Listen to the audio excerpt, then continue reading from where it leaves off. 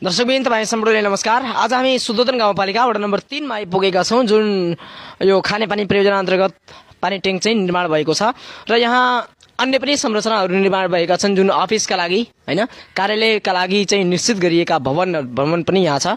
तर यो ठाउँमा लगभग झन्डै 3 वर्ष बितिसकेको छ जुन पानी ट्याङ्क चाहिँ निर्माण भएको छ। यसरी निर्माण भएका धेरै पानी ट्याङ्कहरू र आजसम्म पनि सञ्चालनमा आएको अवस्था छैन। दर्शकबिन, यो विषयहरू आज अन्यलता छाएको विषय हो, जुन कहिलेसम्म सञ्चालनमा आउने हो कुनै निश्चित छैन। कुनै निकायले पनि यसमा अधिकांश निकायहरूले ध्यान नदिएको अवस्था चाहिँ पाइएको छ। दर्शकबिन, यो विषय र प्रसङ्गका लागि आज हामी देखाइरहेका छौँ। यो हो आज देखाइरहेका छौँ जुन यो कार्यालयका लागि खानेपानी अफिसको खानेपानी परियोजनाको यो कार्यालयका लागि निर्माण भएको भवन हो।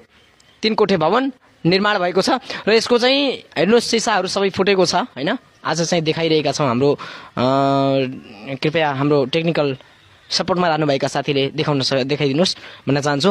र यहाँ चाहिँ कुनै निकायले पनि सम्बन्धित कुनै निकायले पनि ध्यान नदिएको अवस्था चाहिँ पाइएको छ। दर्शकबिन, यो खानेपानी परियोजना चाहिँ कहिलेसम्म सञ्चालनमा आउने हो कुनै निश्चित छैन।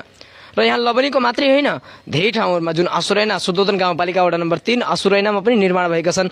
यसरी सुदोधन गाउँपालिका वडा नम्बर 4 मा रहेको बिठुवामा पनि निर्माण भएको यसरी पानी ट्याङ्कहरू धेरै ठाउँमा यसरी निर्माण भएका पानी ट्याङ्कहरू चाहिँ आजसम्म पनि सञ्चालनमा नआएको अवस्था चाहिँ पाइएको छ। दर्शकबिन, यस विषय र प्रसङ्गका लागि चाहिँ हामीले सम्बन्धित निकायको ध्यान आकर्षण गराउनका निमित्त हामीले पुनः फलोअप रिपोर्ट प्रसारण गर्ने प्रतिबद्धता सहित यति बेला हामी यस कार्यक्रमबाट बिदा हुन चाहन्छौँ। हस्त नमस्कार।